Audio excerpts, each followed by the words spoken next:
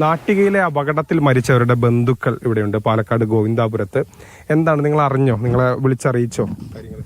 പറഞ്ഞു 5 പേര് മരിച്ചെന്ന് പറഞ്ഞു. അവരുടെ സ്ഥിരതാമസം ഇല്ല അല്ലേ? സ്ഥിരതാമസമാണ്. നിങ്ങൾ ആരാ അവരുടെ ബന്ധു? എങ്ങനെ? എന്റെ ചേട്ടനാ. കാളിയപ്പൻ. നിങ്ങൾ ഇവിടെയാണോ താമസം? ഇവിടെയാണ് താമസം. ഇവിടെ 6 വീടുണ്ട്. മൃതദേഹം കൊണ്ട് കൊണ്ടുവരുന്നുണ്ടോ? കൊണ്ടുവരുന്ന പറയുന്നുണ്ട്. എങ്ങനെയാണ് ചേച്ചിയൊക്കെ നിങ്ങൾ എപ്പോഴാണ് കാര്യങ്ങൾ അറിഞ്ഞത്? ഞങ്ങള് 4 മണിക്കാണ് അറിഞ്ഞത്. 4 മണിക്ക് ചേട്ടൻ വിളിച്ചപ്പോ ഇതേപോലെ സംഭവം എന്നാ പറഞ്ഞത് അവര്. അത് കഴിഞ്ഞിട്ട് ടിവിയിലല്ലേ വന്നിട്ടുണ്ടായിരുന്നു. ടിവിയിലെ നമുക്ക് പിന്നെ ബാക്കി ടിവിയിലാണ് കണ്ടത്. വല്ലാത്തൊരു ഇതായി പോയില്ല, അപകടമായി പോയില്ല. എല്ലാം പോയി, ഒന്നുമില്ല പോകാനായിട്ട്.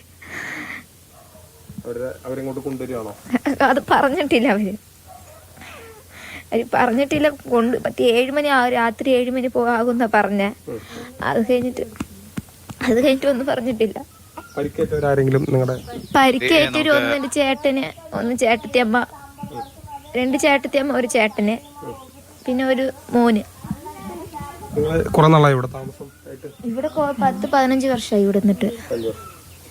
ഇതില് പ്രധാനമായിട്ട് ഇങ്ങനെ ആക്രി പറക്കിയാണോ ജീവിതം?